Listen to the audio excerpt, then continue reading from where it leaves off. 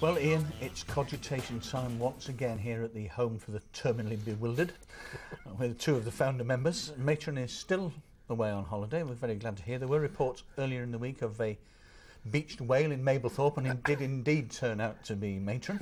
Are they sort of splashing water over her to keep her, you know, alive, making her skin nice? Splashing something on her. Don't let's go any further in that direction. Okay. Let's move on to the more germane. This new Kindle's just come out, and it's a lot cheaper than it used to be, and it's selling like hot cakes. What's the deal? They've sold out. I mean, every new gadget sells out for about 2 months in advance now, doesn't it? Yeah. To be a successful gadget. But the big difference with the new Kindle is the price, really. They've decided to really go for this market, because quite a few other e-readers on the market now. So Amazon is striking back, setting a really low price threshold, and the cheapest one is $139.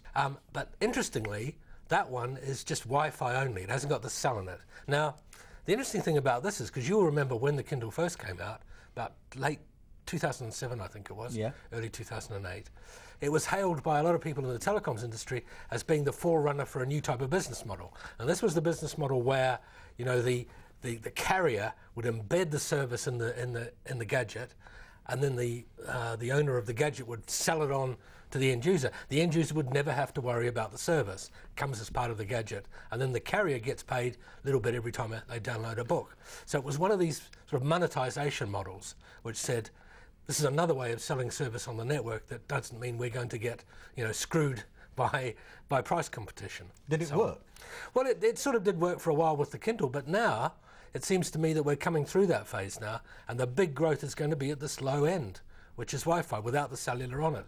So does this mean the end of that model, or will that model continue on, or will it phase out? And what about the other sort of e-books and devices like that out there? Are they doing the same thing? No, they're not doing what the Kindle is doing at all, no. They're taking a completely different tack. And a lot of them will be using cellular and 3 and Wi-Fi and so on to get on and download books in the normal way.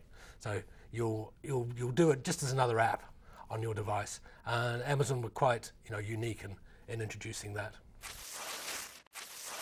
And so, Martin, I believe that a report's come out, and it's called Life in the Slow Lane, or you've named it that, rather.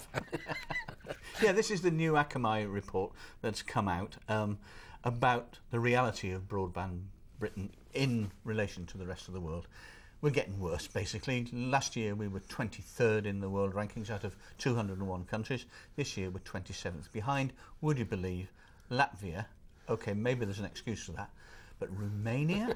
Come on, give me a break. Well, in defence of Latvia, of course, I think they've really developed their IT industry and their broadband infrastructure as a kind of policy, haven't they? So they have. They're a bit unusual, I suppose. But we've had this broadband Britain going, I don't know now, for a decade, and it's getting further and further and further away than ever. The government, you know, we're so ambitious. We're going to get everybody 2 megs. Yeah. It was supposed to be by 2012, big deal. Now it's been pushed back to 2015. And they're assuming that the rest of the world would just stay where they are, and you know, that rates will stay constant. But of course, places like Japan, Hong Kong, China, South Korea, all the rest will just carry on motoring and making things faster and faster. So we're in a pretty parlous state, really, and things are very sluggish and slow. We, on average, and this is including the cable companies, get as a country 3.8 megs maximum speed.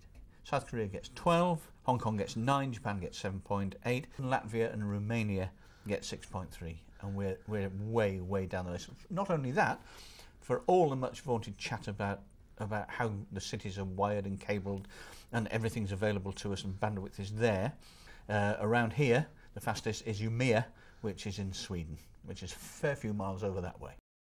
No cities in Britain make it onto the fastest cities list. Any word from Ofcom about how this situation might be remedied? No, is there any new initiatives? Usual anodyne rubbish, which is to say, told you.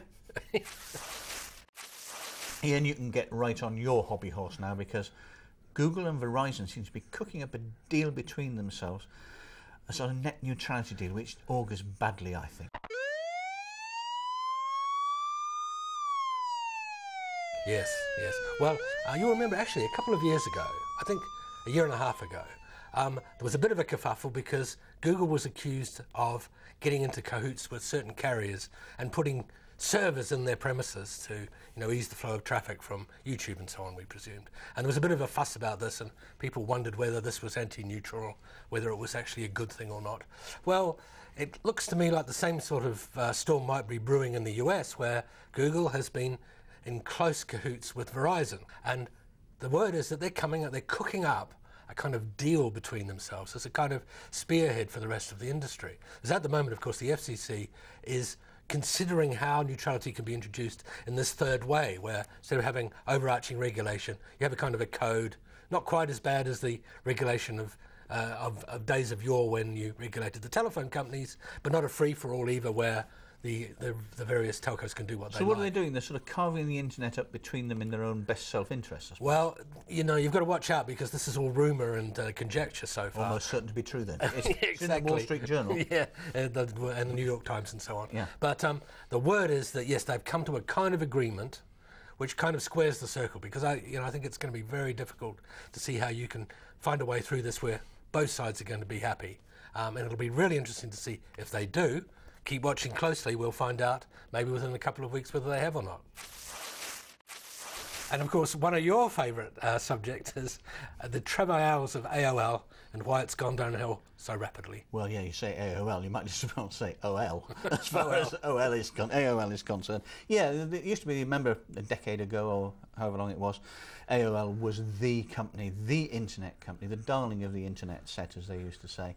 And just look at it now. There was that very ill-fated tie-up with Time Warner. It's been cut free, and it's plunging into debt like nobody's business. It's just Q2, it recorded a 1.6 billion loss in 12 weeks. Now, a lot of that was what they call a goodwill impairment charge, which is just a posh way of saying we're writing down the value of something we bought for so much money and it's not any good to us, and we flogged it off cheap, and we better account for it on the balance sheet. They should call it oops. They should call it, yeah. Well, it was Bebo, of course. They bought Bebo in this weirdly strange, misguided strategy of expanding. Bebo was already past its sell-by date. They bought it for $850 million, and less than 2 years later, they sold it for $10 million. You can just imagine what the investors thought about that. So they're doing that, and they're also, but underneath, the underlying trend is like this. It's down at a 45-degree angle. Their advertising revenue is down 27% on a year ago. Their total revenues are down 26% on a year ago, and it's not looking good. I don't see how they can recover from this. They're trying to. They've got this new guy called Tim Armstrong, who's a new CEO, whose job it is to try and turn this around. But my God, talk about turning around a supertanker. But he, for some peculiar reason, probably just to give the fillip to the boys on Wall Street who was talking, says, the company's getting healthier every day. Every day and every way we're getting better and better. Well, yeah, and I suppose it will until it drops dead. And while we've been on air, I've been told in my ear that we have had a communication from Matron. She's on the beach at Mablethorpe with a big screen round her, and she says, I am sweating my assets. And on that point, I think it's time to draw this to a conclusion. Let's go, yes. It's just too much. I don't know what I would do. Can you imagine seeing that on the beach? Scared the living daylights out of me.